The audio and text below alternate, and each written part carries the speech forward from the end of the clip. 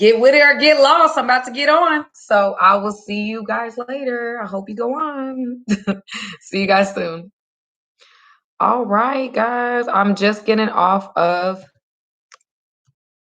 Instagram and I'm here and I'm ready to go, y'all. What is up? How is everybody doing? I ain't gonna hold you, y'all. The devil tried to get busy.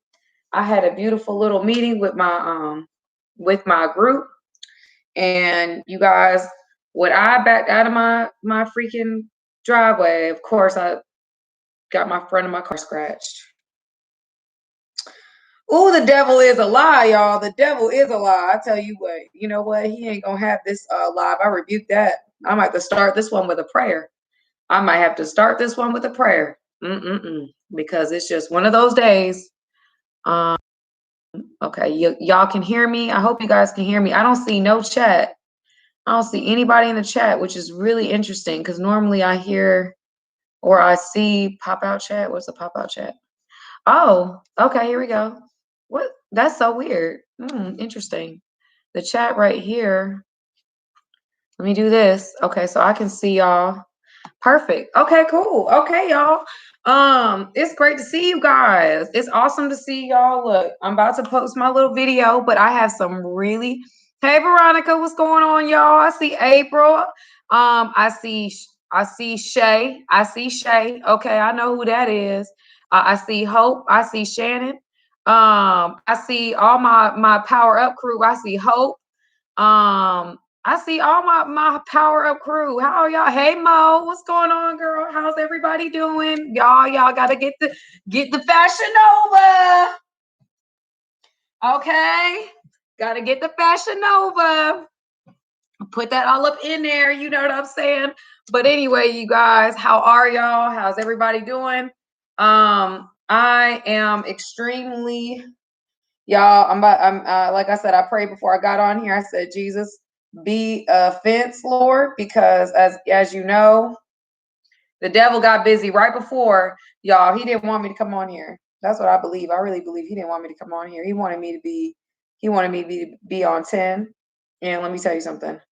I'm not gonna let him do it. He's not gonna have the authority over this thing. That's what I'm saying. He's not gonna let, and I can't wear this sweater saying more doing, less worrying, more hoping. I can't do that. I can't do it. I can't allow the enemy to get me. Not today, y'all. The Lord has been too good to me. Y'all, I scratched my car. I was so mad. And the thing is, like, I'm such a girl when it comes to cars, man. I don't know nothing about cars. That's the sad part. I don't know nothing about no car. I'll tell you that now. But it's okay. God's got a plan. If there's a will, there's a way. I got brothers and I got a dad, so I can my father, my stepdad, and my dad can help me. But nonetheless, y'all, I'm not gonna get all over the place. I hope you guys are doing well. It is Thursday night. I was backing out of my freaking garage. I was backing out of my car, man. So upset about that. Like, for real. Oof, Lord Jesus be offense. Oh my goodness, Lord. But I'm gonna go ahead and post this and say that I'm on YouTube live now.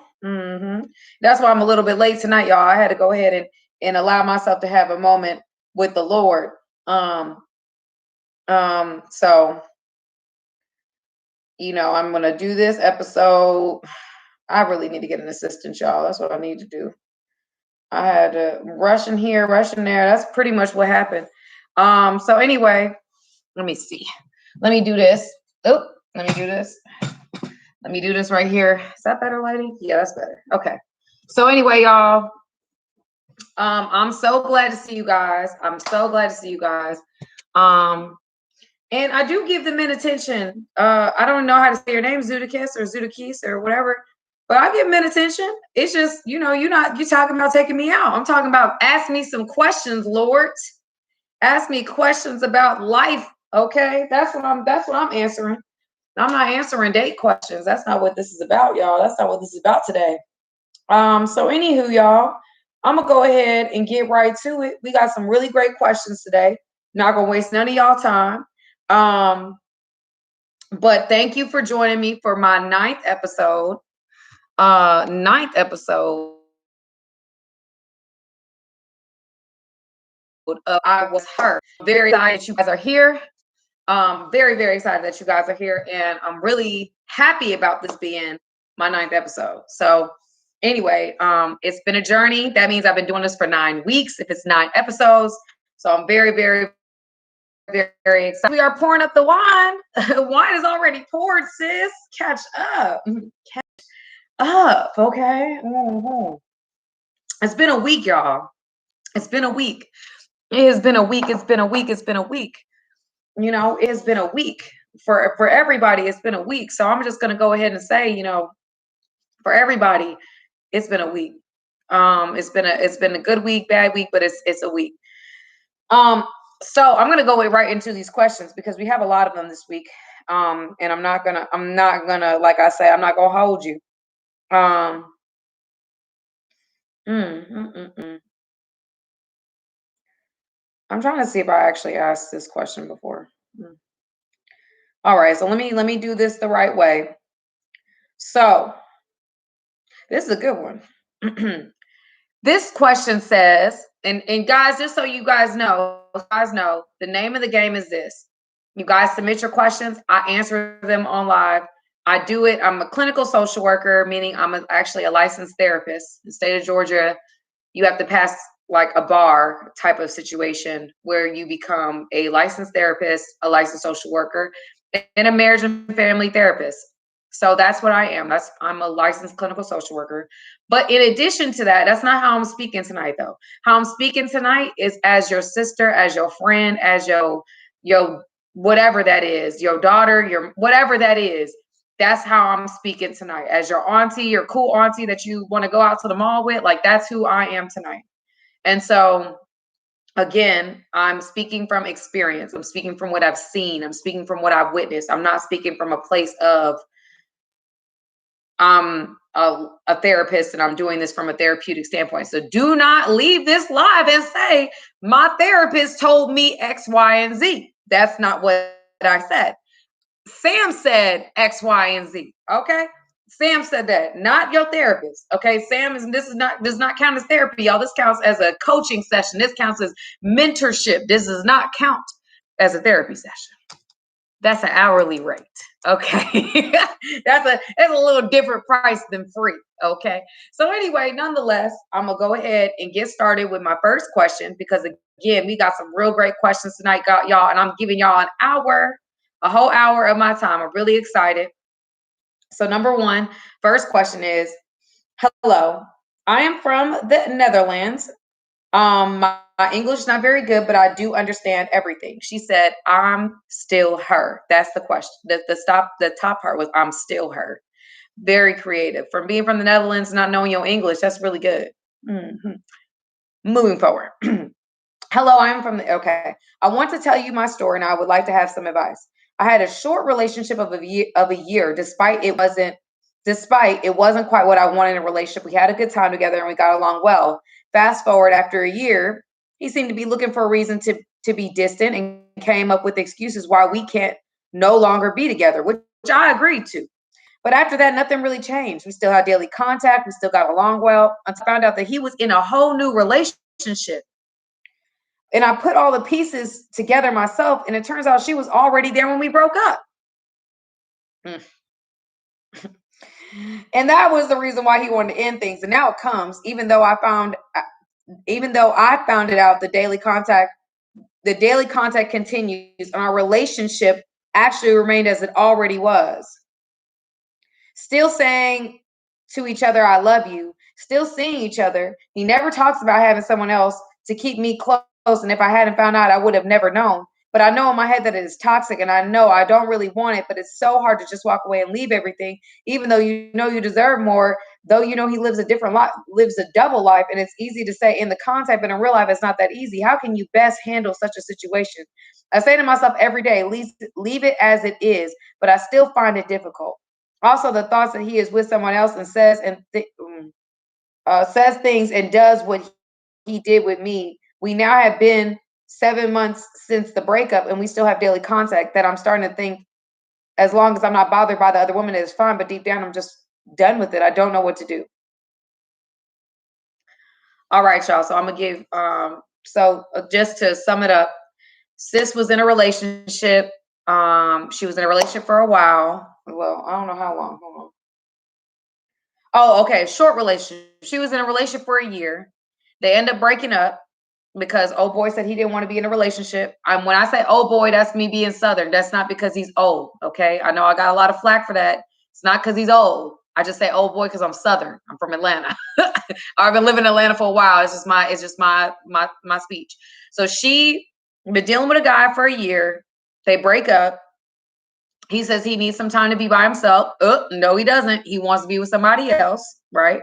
So him wanting to be with somebody else, he doesn't stop the contact with the woman he was with, but she knows now that he's in a full-on relationship with somebody else.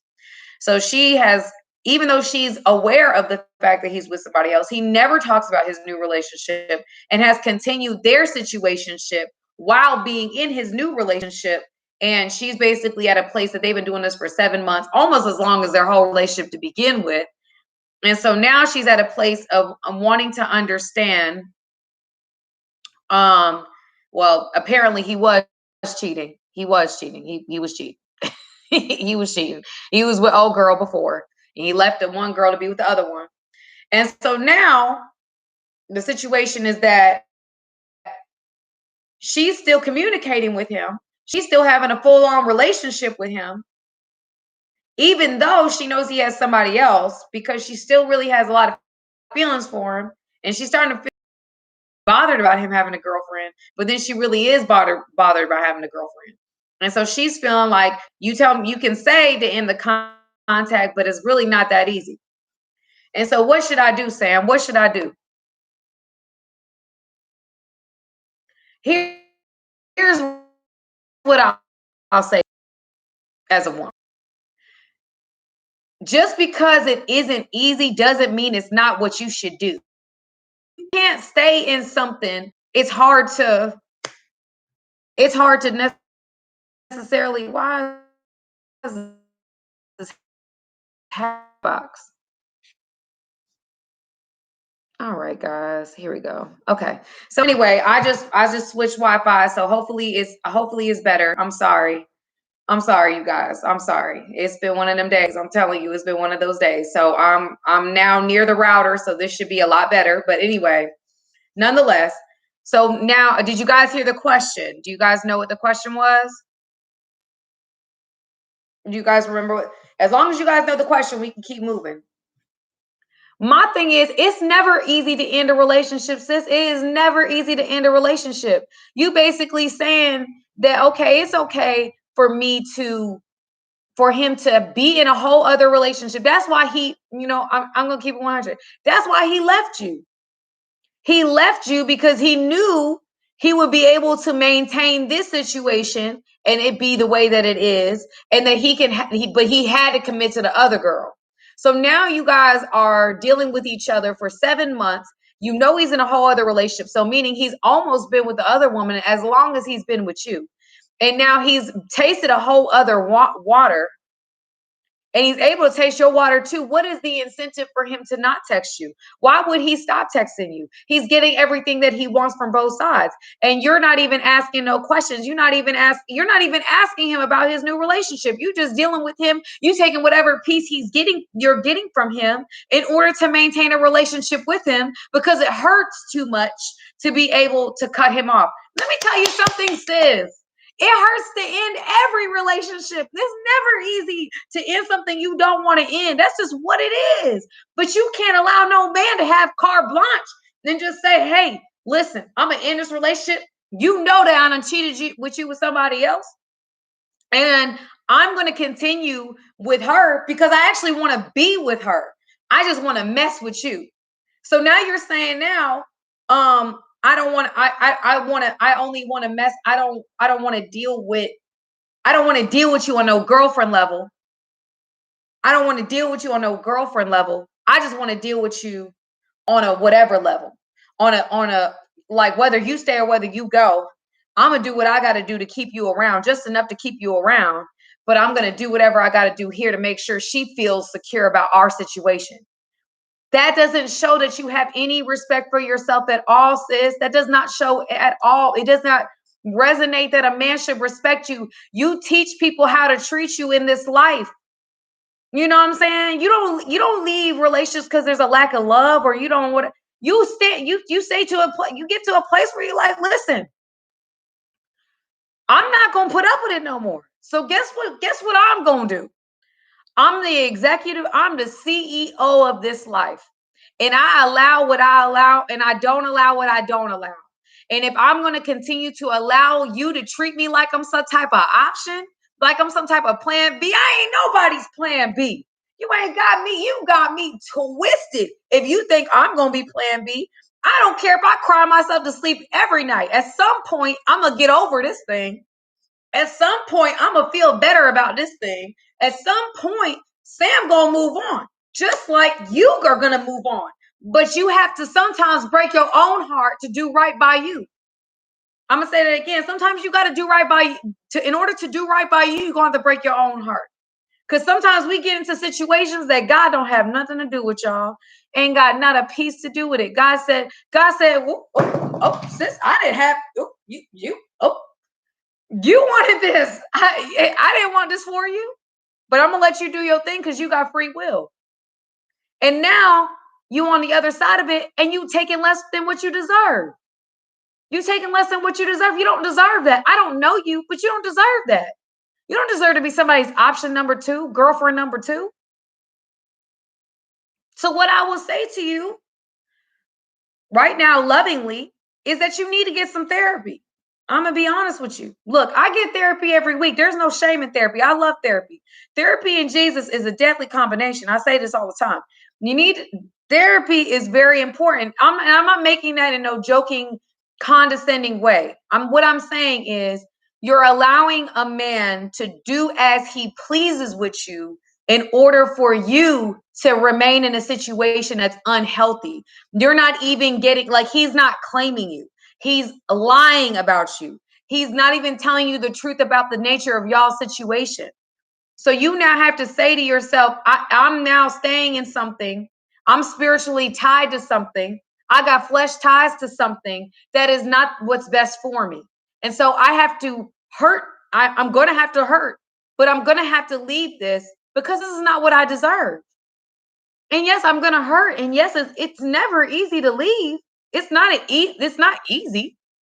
It ain't easy. It's not easy. But there's nothing about the situation that is serving you in the way you deserve to be served. So sis, honestly, cut contact, get some therapy. While you can actually find the therapist first, then cut contact, and then talk to the therapist about what you're dealing with while you're going through it. Journal, but hit the block. Don't look at what he's got going on. Don't look at his new girlfriend. Don't look at none of that. Block and rebuke. Block and rebuke. Block and rebuke. Don't have nothing to do with what you're in right now. Like, don't do that to yourself. Don't torture yourself. So at this point in time, you can't, and some of you guys are just checking in. Block and rebuke. I believe in blocking and rebuking. Some of y'all in relationships and you still checking on the person you done left the relationship with, and you torturing yourself. Don't torture yourself. Get out of there. Block and rebuke. Block and rebuke. Save yourself. Don't stay tied to nothing that isn't serving you. You've got to let it go. And when you keep looking back, it's like, and I'm not, this is not my spiritual show, but it's at the end of the day, it reminds me of Lot and Lot's wife, right? Lot's wife, they were called to leave Sodom and Gomorrah, right? Lot's wife, they said, listen, you got to go and you can't look back. You're going to go to this town called Zor. You're going to go there and you can't, and listen, you can't turn around. You got to keep it moving. There's too much going on. I've seen favor in y'all. I love y'all family. Let's get y'all out of here and let's go. Lot's wife looked back. She turned into a pillar of salt. You can't look back when you leave it. You got to keep it moving. And I'm sure it's going to hurt. And I'm sure they had family in that town. I'm sure they was raised there. I'm sure it really was hard to leave a place that you were raised in and watch it go up in complete flames. But at the end of the day, you've got to go. You got to go. You got to run. You got to get out of there. And so don't keep looking at Egypt when God delivered you from Egypt. Don't do that. Keep it moving. It's going to hurt. It's going to hurt. But you can't move forward looking backwards. Can't do that. So anyway, guys, I'm gonna move on to the next question. What y'all think? Has anybody else got any other word of advice while I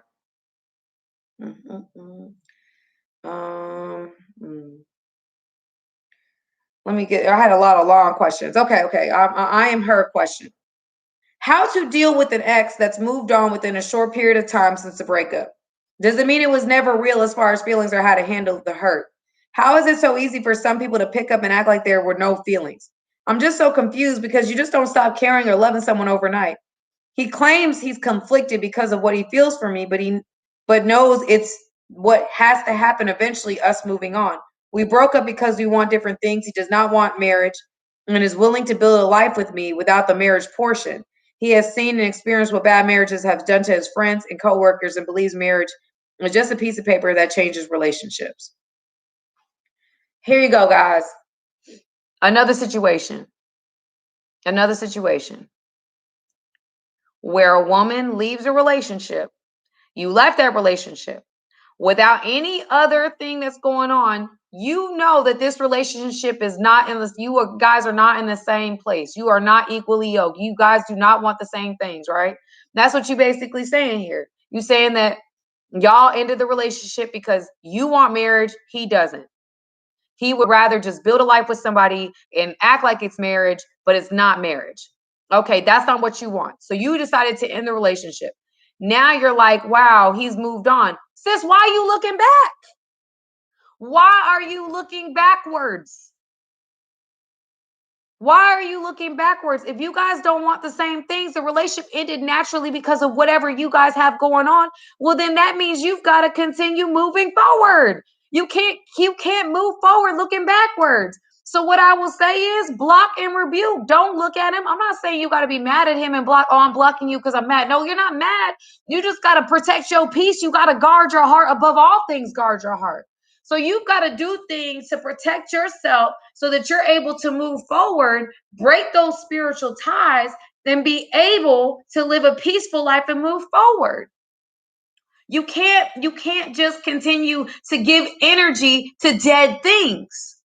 If the relationship is dead, then you can't keep trying to give it life and do resuscitation. But I will say this on a side note. I would say that as a man, men got ego. Okay, this is me postulating. I don't know. There's men on the live, so I'm gonna allow the men to speak as well. But men have egos. They don't like being alone. They don't like wanting to be alone. They don't. That's not what they like to do. So they'll move on quickly just so that somebody else, they're hurting too. They just hurt differently. They show hurt in a different way. And a lot of men move on quickly, not because they've actually resolved or healed or that you didn't mean anything to them.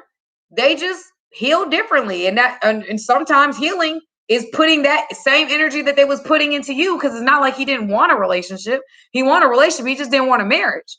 So at the end of the day, it's just like a lot of men they just move. That's how they move. They just move on, and it doesn't mean that you mean any less to him. What he's doing now as a way of him healing is not a lack or a reflection of the fact that he didn't have anything for you. It's just the fact that that's how men heal. What do they say? The quickest way to get over one is to get under one. Or the quickest one to get over one is get on top of one. Whatever it was. Basically, it's like the quickest way to move on from somebody is to get with somebody else. And now, does that work in real life? No, that does not work in real life. In real life, men be moving on and then revisiting past chapters. That's what men do. Unfortunately, that's how it goes. They go into a new situation. They want to move on. They want to start new. You don't want what he wants. He's moving on. And, you know, you don't like to see somebody that you love moving, because it's not a lack of love. It's just the fact that you guys want different things. And so you got to just basically say to yourself, like, look, you know, that's how he heals. And just put it in that, and don't look at it no more. Don't look at it no more. Men, that's how, I'm telling you, I've got brothers, I've got male friends. They always, especially after a deep, real relationship, men be just moving. They just try to find another piece of somebody to give them energy. They just want some other energy, just so that they're not, because they sad. They don't want to be alone sitting around twiddling their thumbs. So they find another woman. And to make them feel worthy and make them feel attractive. Men have feelings too. They just show them different. You know, they don't sit around twiddling. And then women do it too. Women move on quick too. Okay, I don't say that, you know. Mm-hmm. So anyway, nonetheless, I'm going to move on. Mm-hmm. Okay, next question. Hello, thank you for doing this. I've been watching your lives and I want to ask you a question. My parents are traditional Africans who sacrificed a lot and moved me to the USA when I was younger. I grew up here, but they don't want me marrying an American man. They want me marrying somebody from my country, but I fell in love with someone who's American. I feel like I answered this before. I've been trying to avoid getting too serious with American men, even if I really like them, because I thought I'd end up marrying someone from my country at some point. I gave it a try. I met a few men that my parents suggested to please them, but I'm not attracted to their mentality. I'm in my late 20s, and I feel like this just made me reject my future potential husband, but just because he isn't what my parents wanted. I'd appreciate any suggestion or advice from you. Thank you. How old is she? Late 20s. All right, here's what I'll say to you. You are in your late 20s. It is not the end of the road for you. I feel like if you haven't met the person that you're supposed to be with, you haven't met the person you're supposed to be with. That doesn't mean they will never. That does not mean that you will never meet the person you're supposed to be with. That just means you haven't met them yet. I feel like everywhere you are in life is where you're supposed to be. So if you're not at that place yet, if you haven't met that person, don't put so much pressure on yourself like, oh, I passed up my future husband because of X, Y. No, he just wasn't your husband. You might have thought he met those qualities, but maybe the best is yet to come. We cannot stop. You can't start damning yourself before you move forward, sis. You have to start speaking life over yourself. Like, my husband is coming. He about to be the best thing since sliced bread. He about to be anointed and appointed. He about to be all of the things I've ever wanted. He's about to be amazing. Like, you have to start speaking life over yourself. You cannot allow yourself to put constraints in your mind because of society, because of what society says, don't do that to yourself. Speak life over yourself. You're in your late 20s. You don't have any children. Yeah, you don't like the guys that your parents introduced you to. You at least tried that. If you didn't try that, your parents would be looking at you sideways, but you at least gave it a try. And you're like, listen, people you introduced me to, I'm not really feeling them like that. Good. You gave it a try. Now they can receive you moving on how you choose to move on, because you've actually attempted in the direction they wanted you to go into. So now you got your parents' buy-in. And so as you move forward, your parents can be more behind. I say more behind because they might not be 100% behind, but they can be at least 20% behind, because at the end of the day, you actually did try to meet the men that they wanted you to meet. You see what I'm saying? So just don't look at it that way. Look at it like, I gave it a really, really good go and it didn't work out. And so now I'm in America and there's American men and I'm young, I'm fly, I'm gonna meet somebody. And I just haven't met that guy yet. And who knows? Who's to say that the guy that you were dating, that you do like, doesn't come back around? Men come back around. They do. Listen, they come back. Now, but at the same time, you may say that actually may not have been the man for you. I believe things happen, and I believe things happen for a reason. And I think that God is sovereign. So in all things, God is working, whether we recognize it or not.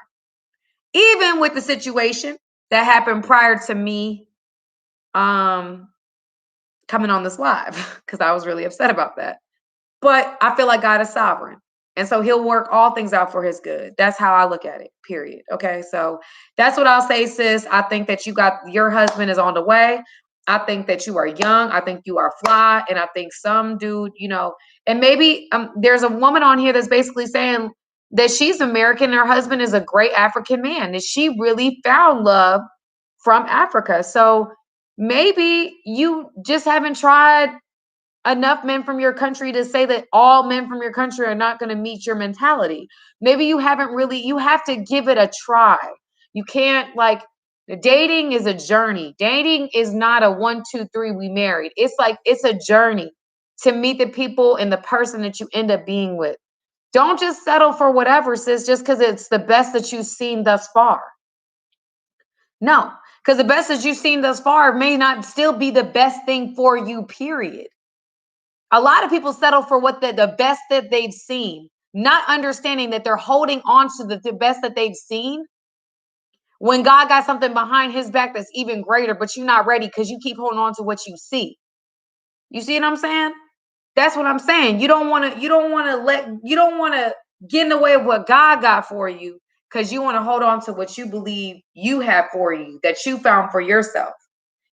Whatever God has for you on the other side is always going to be greater than what you have for yourself, So, Renita, I'm not mad. I'm a Scorpio. I just talk aggressive. I talk aggressive. That's all that is. You know what I'm saying? I just talk aggressive. Okay. All right. So, okay. So this woman asked me this question. So a long story short, hopefully, as I think I have a few questions to ask. So first, my husband and I have been married for 7 years, together for a total of 11 years. Currently, I work full time. My husband stays at home with our son. Now, the journey we had to have our son, I had 4 miscarriages, a stillbirth, and then another miscarriage. So our son is precious to us. Sadly, we are in debt, and I try to motivate my husband to find work so that it can take the strain off of me, but my words do not seem to motivate. Okay. What would you suggest to help him be motivated? He has applied for many jobs before, but I think he has been turned down so many times, he has become demotivated. Well, I would honestly say with your husband, okay, so you're the full-time breadwinner. He's the one who stays at home with your child. So do you have a plan for childcare on the other side of him going to work? Because childcare is expensive, sis. It ain't cheap. You may want him to work, but what he may be working for might be the same amount that the childcare is, and you might want him to stay home. That might be a bill you want to take off versus have him go to you know what I'm saying? That's what I would say, So I don't know if you want to do that. I will never take a man that doesn't have a job again. I don't care what the reason is. Ooh. Welp. I think that, you just got to take things into consideration. Maybe what he's saving you from in childcare may be worth him staying home. But if you want him to work and he's able to work, maybe speaking life over him, maybe being positive, praying. Listen, y'all, I just did a fast, and I believe you can fast some things into fruition. You can shake up the spiritual realm. And so, I'm a big believer in praying. I'm a big believer in fasting. When I was married, I would be fasting, I'd be praying, I would be going nuts, trying to get things into fruition and make things happen in the spiritual realm. I truly believe that when you speak life over somebody and you praying over them and you're really trying to get them to the next level, you really just need to go ahead and fast and allow God to move and give him the space to do what he does. And he's a mountain mover. He's a miracle worker. And so I believe that you can do some stuff. So I will honestly say, maybe just speak life over him. Sometimes you need to speak. Sometimes y'all be insulting y'all men in their own way, emasculating them, making them feel like they're not good enough. You know what I'm saying? Where they feel like they don't want to work because they feel like they're being judged or their wives are not speaking life into them. And so then they feel really low about themselves. Make that man feel like a king.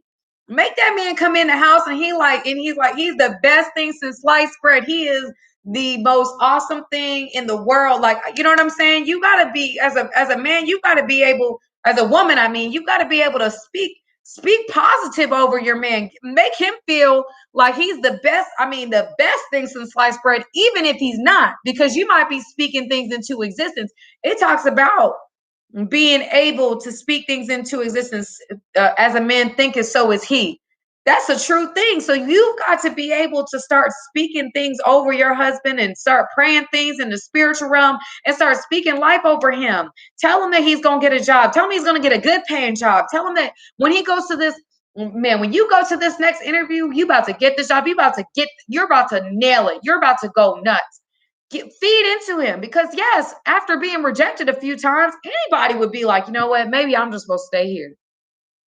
But at the same time, I believe prayer moves things. And so if you're asking me what Sam would do, Sam would say, listen, pray over him, maybe do some real fasting, but speak life over that man. Start leaving him notes everywhere. Start writing. I used to write with, notes, put notes on the mirrors and stuff like that, just writing verses and writing encouragement to try to get that person motivated and feel good about themselves, and know that not only is God with them, but their wife is with them, whether they have a job or don't have a job. You want to be on that.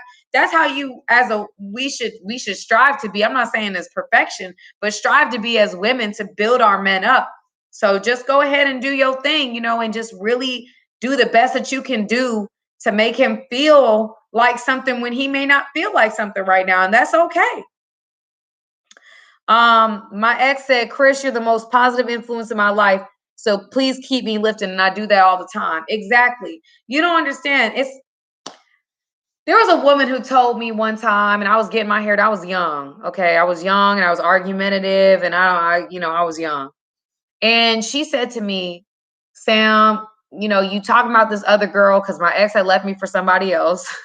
And you talk about this other girl, you say she ain't cuter than you and blah, blah, blah, blah, blah. And she was like, it's not about what she said. She said, it's not about what that woman looks like. It's about how she makes that man feel. And so sometimes we get so caught up in how the other person looks like, but it's not about how they look. It's about how they make that man feel. You might be making him feel like the trash. You might be making him feel like that you could just remove him tomorrow. And yet that man may go across the street to a girl that maybe doesn't look, maybe you a 9, and he goes across the street to the girl that looks like a 4, but that 4 makes him feel like a 10. So he's gonna be with that 4 and get right with the 4, because that 4 is building him up and making him feel like everything he want to feel like, and you over there tearing him down and making him feel like he's just absolutely replaceable and you could do better tomorrow. Don't do that to no man. And men don't do that to no woman. Women want to feel like she the baddest thing walking. Make her build her up just like she building you up. It's a two-way street. So nonetheless, that's my thoughts on that one. So let me move on, y'all, because there is second question. I've entered a pageant again. Now, last year I tried to raise funds for the charity the pageant I'm in supports, but did not raise much. I will be raising funds for cancer research and Alex's wish. Do you have any recommendations I can use to call people to action to donate? Honestly, sis, no. I mean, you can do banquets. You can do have like barbecues, sell food. You can do I'm trying to think. Sell t-shirts. You can do I know a lot of times when you do videos and talk about like what the issue is and why this issue is important and make it real for people, that's when they can buy into it. But I would really think that maybe a pageant or something. Not pageant. Like a barbecue or something. Sell food, sell drinks, sell masks. That's what I'm thinking about. Like events usually do really well when you do like events and have people come and talk to them and sell seats or something like that. Maybe you do something like that when COVID's kind of relaxed a little bit. Or send merchandise. Merchandise does well as well. Or do a Facebook fundraiser. And so Yeah, somebody said smash the like button. Okay, Hobby. Yeah, smash that like button. I like that. I like that. Go ahead, keep smashing the like button. I like that. Okay. Next question, and then I'm gonna get to you, Lisa. And then do a live testimony and what you're trying to do and invite people to watch. That's good as well. Thank you. Chris got some good ideas. Go ahead, girl. Okay. Okay.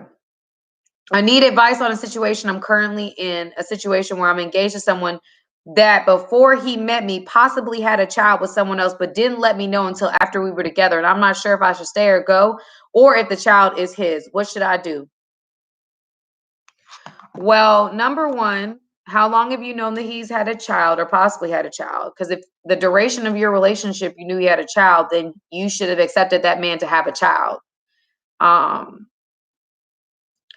then number two, do you want to be with a person that has a child? Because it sounds like it's a real issue. And some women, hey, listen, not all women want to be in relationships with men who have children, just like not all men want to be in relationships with women who have children. It is what it is. You know what I'm saying? So I would say that it varies. People have different perspectives on what they want to do, and they're entitled to that. So if he didn't let you know, you still are with him. So I need to know, like, the thing is timelines. Like, I don't know if you got engaged and then he's like, the child might be mine. I don't know if you started dating and he said, this child might be mine. I don't know when in the process did you find that out. But here's the thing. Numero uno is you're not married to him. You're not married to him. So you're not committed to having to deal with anything if you don't want to. So if you feel like he was dishonest about having a child, which is a big deal, that's a big deal. That's not a little deal. That's a big deal. I just want to know at what point in the situation did he lie about it? But if he has a child, he lied about having a child. Do you want to be with somebody who lied about having a child or lied about possibly having a child? Is that something you want to do? Yes or no? If you don't, exit stage left. Number two, the other option is he needs to get the child tested. If it is his, you don't want no man that's not in his child's life. You don't want that. That's not an attractive quality, sis, because you could easily have a child by him and he could easily do you the same way. So that's a clear character flaw. There's a man out here that has a child and you're not taking care of your child, or at least trying to figure out if that child is yours to take care of it, then we have a problem. Houston, we have a problem. You see what I'm saying? Because at the end of the day, if he hasn't figured out if that's his child, or if he has figured out that that's his child, whatever that is, he needs to figure that out. That's not something that you figure that out. You act on that. You don't know that you have a life in this world that belongs to you or could possibly belong to you, and you just live life like you don't have no kids. That's a character flaw. So I don't know. I like I said, you're not married yet. You're engaged. You can break off an engagement. It's not that deep. It's not that deep. It's not that deep. Y'all, it's okay. I didn't have a bad day. I just had a bad moment. I had a bad moment today. I had a couple moments. I had a few moments, y'all. But I didn't have a bad day. God is still good. I'm on this live. I'm having a good time with you guys. So it's not bad all the way bad. But yes, it definitely kind of got me a little rattled today, but I'm okay. I'm okay. God is still good. But nonetheless, I would honestly say it is definitely a red flag. Like in the comments you'll see, it's definitely a red flag for a man to lie, or not lie, but mislead you about having a child. That's number one. Number two, if he's not in that child's life and he's not trying to be in that child's life or trying to figure out what role he plays with this child, that's another red flag. And number three, you have to make executive decisions in your life. Like I say, you are the CEO of your life, sis.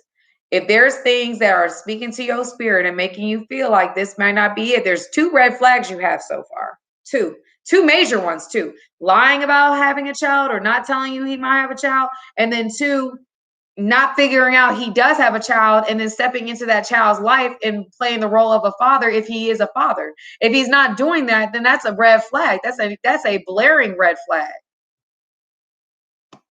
So you have to make a decision. And that's a hard decision, but you're not married yet. And so I would honestly say, look at those two things. Those are character flaws. Those are things misleading and lying. Y'all, I'm an empath. I'm like a human lie detector test. I don't like liars. I don't like lying. I don't like liars. And so my thing is, when you lie, that's a turn off to me. You could be lying about whether you tied your shoes today or not. I don't like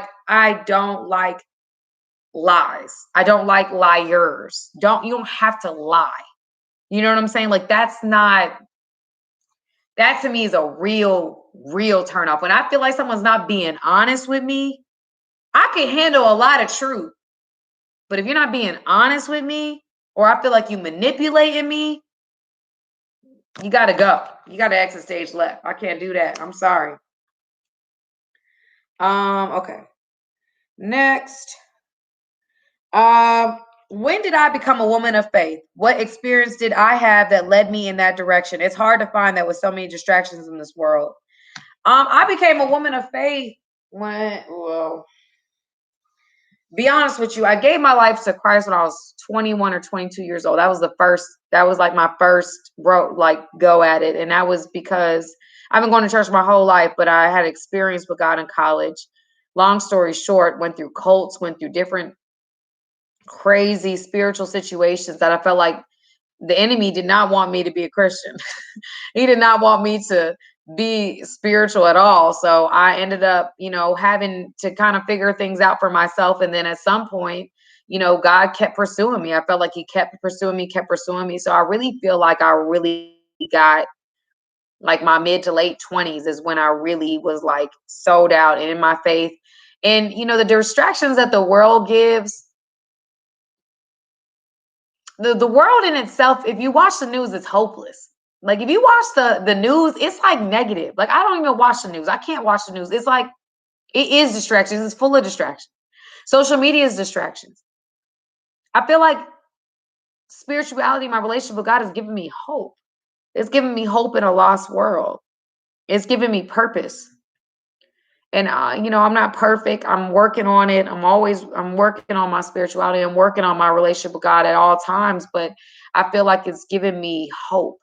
And I think that the enemy throws distractions at us to get us off of our path so that we buy into the world and the consumerism and all the different things that we do to find validation and relevance in this world. And it's like it's empty. But my relationship with God is very, very, very fulfilling. It fills me up. It fills me up and it fuels me. So that's how I look at it. My spirituality, distractions of this world are just that. They're distractions. Okay. My ex will only co-parent peacefully if he feels or thinks that he has another chance for a romantic relationship with me. He has made it clear on his own that if I ever move on with my life, he would make things extremely difficult for me and threatens court every time as he feels me getting stronger. The system here, my state is flawed, to say the least. I just avoided the subject with him, and I don't answer his questions or comments about us giving his responses in the past. I also don't engage in any alone time with him. He's constantly asking to use my credit and name for things for a number of reasons. I've been saying no now for a while, but he persists. He is such a narcissist. I'm having such a hard time creating boundaries that he never respects regardless. He finds loopholes for everything, including a stay away order. Any advice is appreciated. Sincerely, woman, whatever. Here's the thing, sis. I don't think that you should stay in any holding pattern out of fear. I don't think that that's what God wants us to do. I don't think that a lot of times people try to use fear and they try to use it against you, make you feel like you can't do nothing. You do this, that, and the third. Don't do nothing out of fear. Don't stay in nothing out of fear. Don't not move because of fear. yes, your system may be flawed, but I would rather go to court than to be in a holding pattern with some man that you were saying has a personality disorder. That's not what I would do. I would take my chances with the court system versus dealing with somebody that's taking my peace and making me feel like he's manipulating me, taking my credit, only wanting to sleep with me, only willing to do right by my daughter if I sleep with him. No, let's go to court. I'll take my chances. I'll take my chances with that judge. That's fine. I'll take my chances. That's fine. Oh, court? Oh, you want to do court? Call him on his bluff. Call him on his bluff one day. Oh, so you want to go to court? Great. I actually found a great attorney. I'll meet you there. With what he sound like he doing on the sly, he doesn't want to go to court. He just doesn't want you to want to go to court. So guess what? I want to go to court. Let's go to court together. I am there. I am not going to walk in no fear. I don't care what you threaten me with. I don't care what you got going on. Let's do it. Be my guest. Be my guest. I am not walking in fear. For what? For what? No, sis. It sounds like weighing the options. I'd rather take my chances here than to continue to do with this. At least whatever comes from this core option is set in stone. If he does, it's either you do it or you don't. You pay it or you don't. There's no gray area there. So at that point in time, you now have to set boundaries, legal boundaries. And with legal boundaries, the only way that somebody will follow those things if you keep them accountable to what the court says that they should or should not do. And if he's not staying away during a stay away order, that means you need to be calling the police when he comes near you and you're saying that you want him to stay away. And don't file an order against somebody all willy-nilly either. That's to me, I don't really like that. Not with the father of your child, unless he's really like he's a threat to you. He sounds like he just want to be with you and want to manipulate you. That's what it sounds like to me. He just wants to manipulate you and have control and power over you. That's what that sounds like to me. It's a power and control fight. So to me, you have to hold him accountable to the orders that you set. That orders are only as strong as the person that's enforcing them. So if you're not enforcing them, then you can't expect nobody else to. So if you're going to do the whole situation, listen, I would, in my opinion, if you were my friend, I would tell you, court, let's go. You want to do court? We can do court. Come on. I got all these text messages. I got all this proof of all this manipulation, all the stuff that you're telling me. Let's go to court. Let's do it. Let's do it. And then at that point, when you do go to court and you do have an order, whether you like it or you don't like it, you enforce it. And you enforce it. Why? Because you have to set boundaries. I'm not saying be an ugly baby mama or a child's mother, or you don't have to do that. You don't have to be ugly. I think it's good to be peaceful. I think it's good to have a relationship with your children's fathers. I think it's very healthy. I don't think that's bad at all. But I also think that as it relates to you and him, that's where the boundaries have to be set between you and him.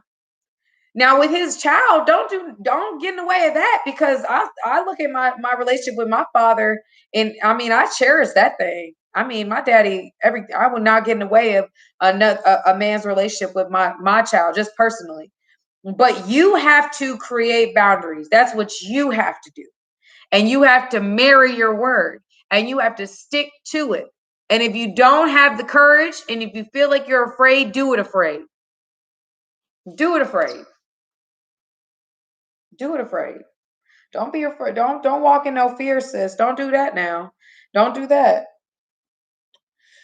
All right, next question. Hey, gorgeous. So I want to know how to handle my emotions. I was very much in love with a man whom I was planning to spend my life with. We had our problems, but who doesn't? We overcame them, and we are planning on getting married on 4/13/21. I woke up that morning. He was gone. Not a call, not a text, nothing. Finally, after 2 days, we talked, and he broke up with me, putting all life's problems on me, not taking responsibility for his part. What do you suggest to mend my heart? Sis, this is what I would say. A man left you, You have to think about what you just experienced. You've been planning a wedding. On the day of the wedding, you wake up, he's gone. Not a text, not a call. He hits you up 2 days later to tell you he broke up with you and everything is your fault. I'm going to let that marinate for a second. That's wrong. That's wrong. And yes, it hurts when you put time and energy and planning into a wedding. That's embarrassing. You don't embarrass me. You don't make me feel crazy. You don't have me do all this stuff.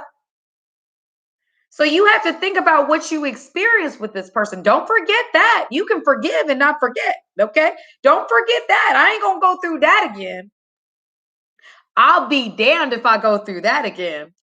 But what I will say is that you have your healing is your responsibility. I would say you definitely would benefit from therapy. Absolutely benefit from therapy.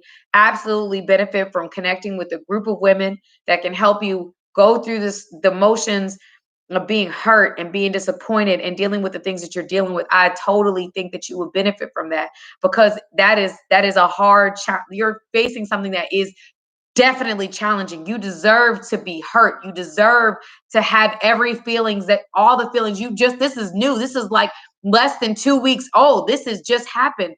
So don't allow yourself to feel, allow yourself to grieve the relationship, allow yourself to mourn. But don't be on that man's phone. Don't be texting him. Don't be stalking his social media. You need to let that go. For that to happen, that sounds like me. He got cold feet and he didn't know how to handle it. It sounds like he got cold feet and he did not know how to handle that. He got very cold feet. He started thinking about everything that had ever happened. And he was like, no, I'm not doing this. I can't do this.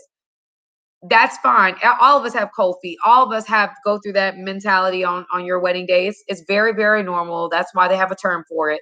But at the end of the day, it doesn't necessarily mean you end everything the whole situation. You decide to just jump ship. But it's good that he did it. It's actually, look at it like God saved you from something. God actually saved you from somebody who has the potential to do something like this.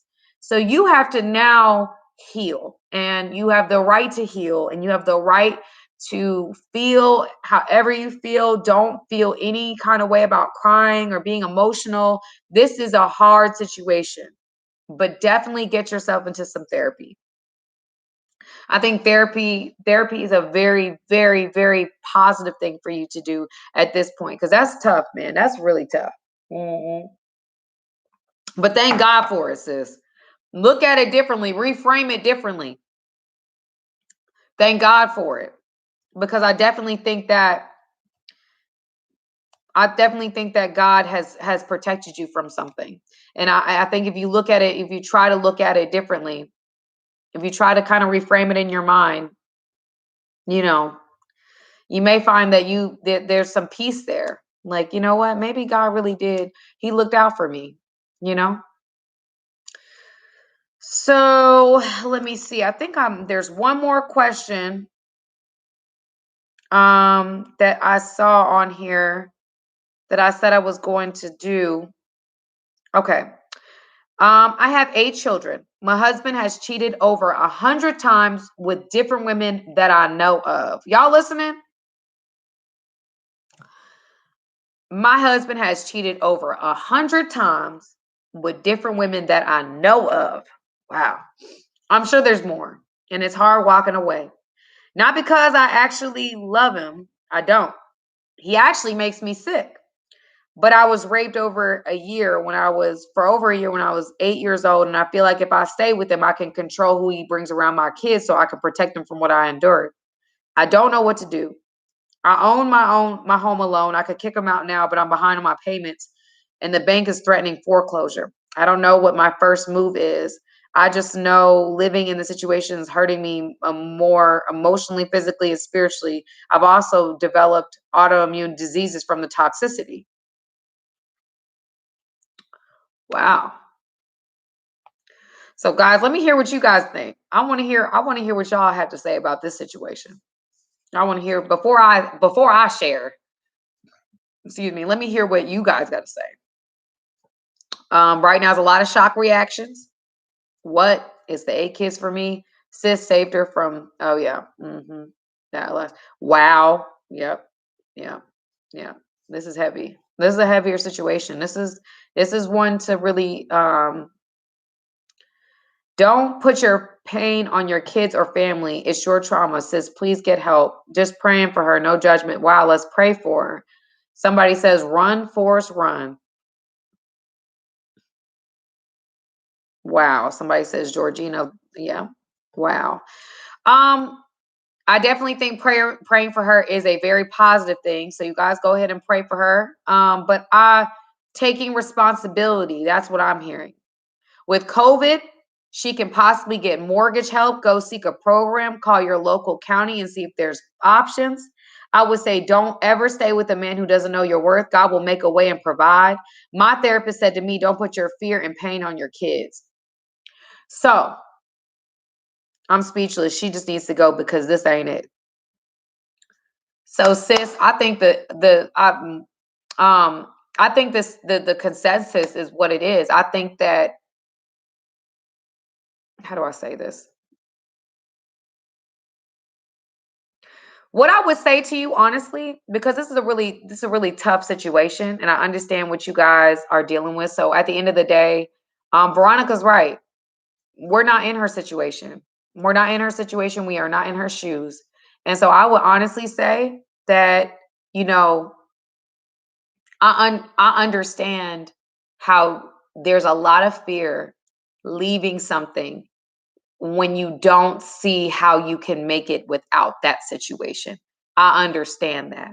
I understand how you can 8 kids, a mortgage, responsibilities, things of that nature. I can see all of it. I understand all of how you feel in the sense of like, I'm risking it all.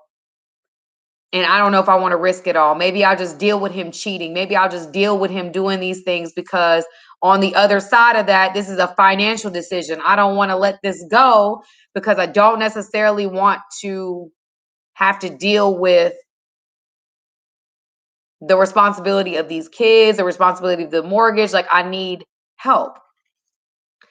But I would say this, and this is just me just saying, just based upon the fact that you have 8 kids and you can't just like up and decide to leave one day and you've been waiting this long, do your research. Do your research. Google, it should be your best friend. You should be, if you are not happy, you're in a situation with a man that constantly cheats on you, it has now caused you illnesses, physical illnesses that you're dealing with because of the stress that you have put on yourself. It is time for you to go. And in life, we gonna have to get uncomfortable to get comfortable. And then we get uncomfortable again and then get comfortable again. We live in a state of uncomfortable, comfortable, uncomfortable, comfortable. That is what our life, that is what life is. That's the road. That is a path of that is less traveled. It is not fun. Life is not fun. It's hard. But what I will say to you is that you should get your ducks in a row. You should get your things in order. Like Jolisa said, very wise. There's a lot of things out here for COVID help. There's a lot of places that you can go. You could call your mortgage company. You can go and see them. Listen, I got 8 kids. This is my situation. I need help. There's a lot of resources out here for women who have children. Like there's a lot of resources. 8 children at that. You have a lot. There's a lot of help that can be available to you in your community. All you have to do is a Google search or call an agency. There's nonprofits in every county that I can think of in the world. Well, not in the world, in America at least. There's a lot of different places with a lot of different resources. You can get your ducks in a row. You can get your ducks in a row and you can make a plan. Because I wouldn't say for you to do anything without having a plan first. So make a plan. That's what I would say to you. Well, first, before everything, before me telling you how to get out of it, because that's what I'm trained to do. What I would honestly say first is you've got to pray. You got to get clear with God. You have got to get in it. It sounds like you're in a spiritual situation. It sounds like you want to get closer to God. You need to get very, very clear with God about what God wants in this situation. How does God want you to move? What does he want from you? You have got to get clear with God. You have got to get clear with God. I don't know what it is that God wants you to do. I don't know how God wants you to move. God has a lot of ways, and he doesn't do things what's the word I'm looking for? He doesn't do things the way that would be conventional to our wisdom. He does things above conventional wisdom. He does things and makes things happen, and he can make your husband change tomorrow. We don't really know what God has in store for you. So what I would honestly say is get very clear with God. Go on a fast. Go on a fast. Get clear with God. Write on a board. Clear the air with God. If there's people you got to forgive, it sounds like you got to forgive your husband. You got to forgive him. You got to get clear with God. You got to understand what God is asking of you in this moment to do, because to us, it's like, get out, leave, don't look back. That's how we're looking at it. But God may have a whole different plan. So get clear with God. Get clear with God. Get clear with God. Get on a board, write things down. You have more things at stake than just you. You have 8 children as well. So I'm saying you have got to get clear with what God wants for you to do in this moment. If God is asking for you to leave, if God is saying it's time for you to go, sis, I believe that there is a lot of resources out there for you. Make a plan. Go ahead and start looking at resources. There's a lot of mortgage help. There's a lot of bill help. There's a lot of credit card help. There's a lot of help out here. So I wouldn't necessarily be worried about putting them out, because you could get mortgage help on the other side. Okay, that's not a problem. You shouldn't keep no man around or keep a man paying because he's financially paying your bills, but he ain't respecting you, your house, or your kids by the things that he's doing on the outside of those things. So I would say you don't need to keep nobody around because they paying bills that they're not even paying because you're still behind on the mortgage. That's what I'm saying. So what I would do is, he ain't helping you anyway, it sound like. So you can get mortgage help from a mortgage company. You can get help from people online. You can get, there's so much help out here right now. There is really, I mean, you don't need to keep no man around that don't need to be around, period. But number one, numero uno, is getting very clear with God and understanding what God has for you and what he wants you to do. Because I see marriages work with worse. So I'm not saying for you to leave. I'm not saying for you to stay. Number one thing I'm asking you to do, since you want to get clear with God, since you want to understand what God has for you to do, go on a fast. Get very, very clear with what God wants for you. Don't allow us people to say this, that, and the third. Don't allow the world and the chatter to tell you what to do. Allow God to tell you what to do. Allow him to lead you in these circumstances. Don't allow us to get in the way of that, because God may have you stay in that situation. God may have you praying and fasting for your husband. You see him change in 72 hours. You could see him repent and do a whole bunch of things that you will never see. So I'm saying you don't really know what God has in store. You really don't. So if it's a God, just really honestly get clear with God first. If that's your number one priority, get clear with God. Get clarity on what God wants for you to do. If God wants you to leave, or not you, because you shouldn't be leaving with no 8 kids and it's your house. Yes, then you should put old boy out. You should put old boy out. Old boy needs to. And I'm not calling, again, y'all, that's the Southern in me. It ain't that he old or anything. I'm not trying to be politically incorrect. I'm just saying homie needs to exit stage left. It's time for him to go. If that's what God is saying. If not, then you stay with him. You pray over him. You put him on a wall. You start speaking life over him. You start talking to him like he's not cheating. You start speaking things into existence that you don't see. You're not speaking to him. You speaking to a spirit. You start rebuking these spirits that are on him right now, because he's dealing with a spirit. You're not fighting a man. You're fighting his spirits. So then you have to start seeing things differently. If you end up staying in that situation, you're going to have to start seeing it for what it is. It's a spiritual warfare. It's an attack. And that's how you start fighting it. You start fighting it spiritually. But get clear with what God wants you to do first. Either way, don't stay in no situation because he's financially providing but he ain't respecting you, because then he understands that you staying with him. He knows why you staying with him. That's why he keep doing what he doing, because he's like, oh, she can't survive without me, so I'm gonna keep doing what I'm doing, because she's not gonna put me out. What's she gonna do? Be mad and then get over it? Because that's what he knows now. You done cheated. He's done cheated over 100 times with what you know about, and you stayed with him. So he has no motivation or no incentive to no longer stay with you, because you haven't really done anything in the past significant, because he's still with you. You still with him. He's still living in your house. There's nothing significant that has happened for him to feel like, you know what, I don't need to go here with her. He still feels like he can do that. So now you're gonna have to make some different difficult decisions. You're gonna have to do things you haven't done before. You're gonna have to take drastic measures, as I like to call them. Take it to the next level to let them know this ain't what you want, bro. You don't want to keep going in this. You don't want to keep going down this road with me. And when I say drastic measures, that does not mean physically harm anybody. That just means you start fighting. Somebody told me this is the most wisest thing I've ever heard, or one of the wisest things I've ever heard. It was either you can say you can be patient for the process or proceed with your peace. It's up to you. Patient for the process or proceed with your peace. Patient for the process or proceed with your peace. And so we gonna pray for you, sis. We gonna keep you lifted, but you need to seek God first. So at this point in time, the way I see it is he don't have no incentive to change. And I will watch The War Room. That should be your homework. Watch The War Room. That War Room movie changed my life. I'll tell you that right now. I pray different. I pray completely different than what I did before. The War Room really, really helped me. Hey Sam, how do I address someone who is stuck in their own trauma? Sis, you can't change nobody else. I'm gonna tell you that now. You can't change nobody else. If they stuck in their trauma and they don't want to be unstuck, then there's only 3 ways for that to change. Number 1, either you change the way you proceed or perceive their trauma. However that trauma manifests, you have to change the way you perceive it.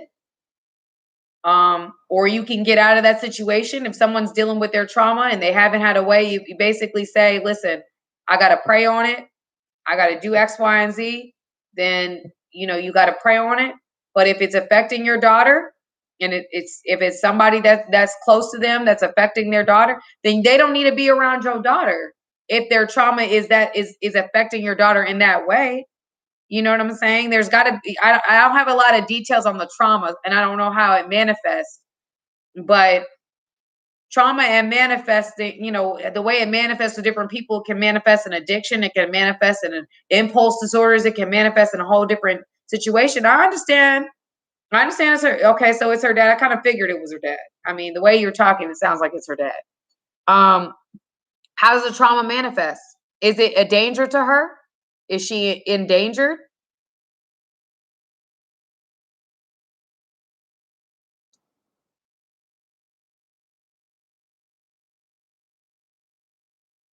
She's not in danger, but he's not present.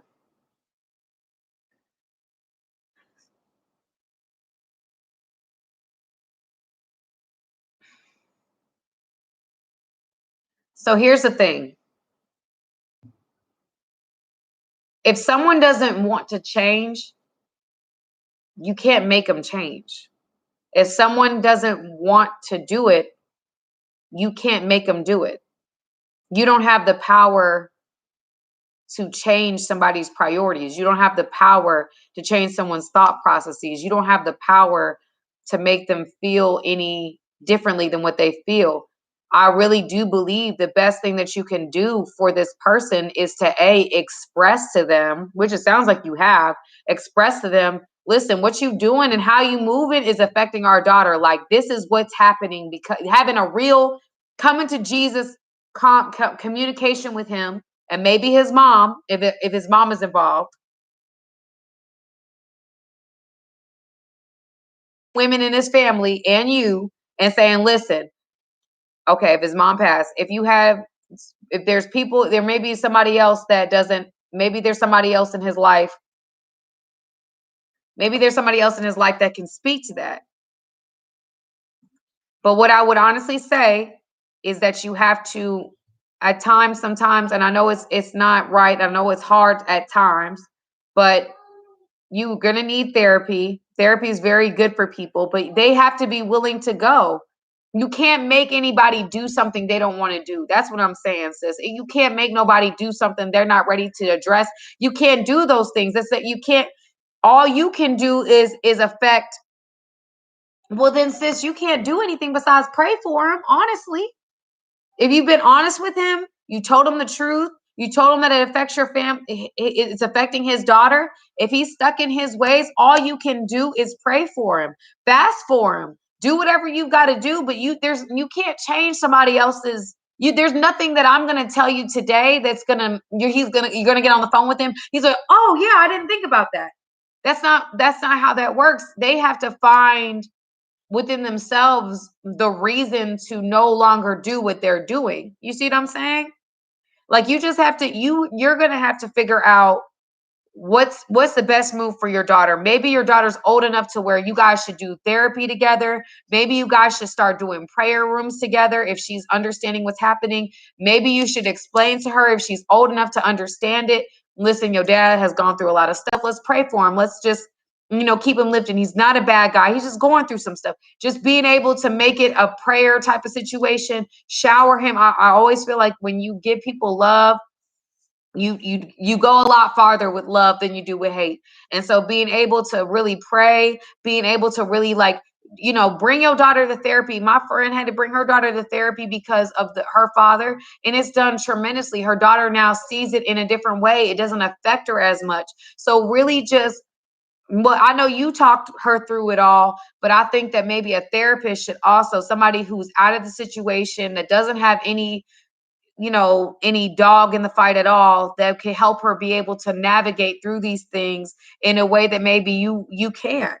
I really think it's very important for her to be able to have somebody to talk to.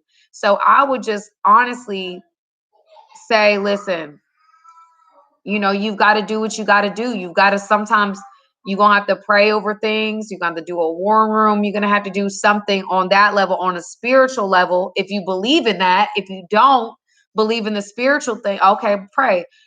Spiritually, I think prayer moves mountains. I believe God is a mountain mover. So I would honestly be praying, honestly. If it's too toxic and he's not wanting to get help, she may have to separate herself. It's not healthy for the kids. So that's what I would do. That's what I would do. Yeah. So she can get therapy for her daughter and ask him to join in therapy sessions. That's good, Sharon. Thank you for that. Absolutely. You can get therapy for your daughter and ask him to join in therapy sessions. I've actually heard that before. That's really good. I like that. But then honestly, sis, you're doing everything that you can do. You're doing everything that you can do. And Lola brings up a really good point. How long ago he might be dealing with things because his mother is no longer there. He might be dealing with the loss of his mother, and maybe that's part of the trauma, because that's obviously a traumatic experience. That would be a terrible experience for me if I lost my mama. So honestly, you're doing everything that you can do. And you just have to really I will watch the war room with your daughter, create a war room where she can start praying and understand that teach her now how prayer moves mountains. Cause I truly believe that. I truly believe prayer moves mountains, y'all. I really, really do. And so he is dealing with that. Okay. That loss shattered him. I figured that, that makes sense. So just try to look at things differently and really just try to pray for him. Really, really try to pray for him. Maybe get some therapy for your daughter. Maybe he can join in sessions, invite him to sessions or whatever so that he can work through that with the therapist. But I definitely think therapy for your daughter is great. And I also think watching the war room and maybe allowing her to create her own war room for her father. And you can join in on the prayer, really come together as a strong woman. When two come together in the name of Jesus, mountains move. When it is done, what is said on earth is done in heaven for you. When two come together and stand in agreement, things will happen. Things shift. So I hope that helps. Yeah. So anyway, guys, it has now reached the time. And so I appreciate you guys for joining in to the 9th episode of I Was Her. I love you guys. I thank you guys for supporting me. I thank you guys for riding with me.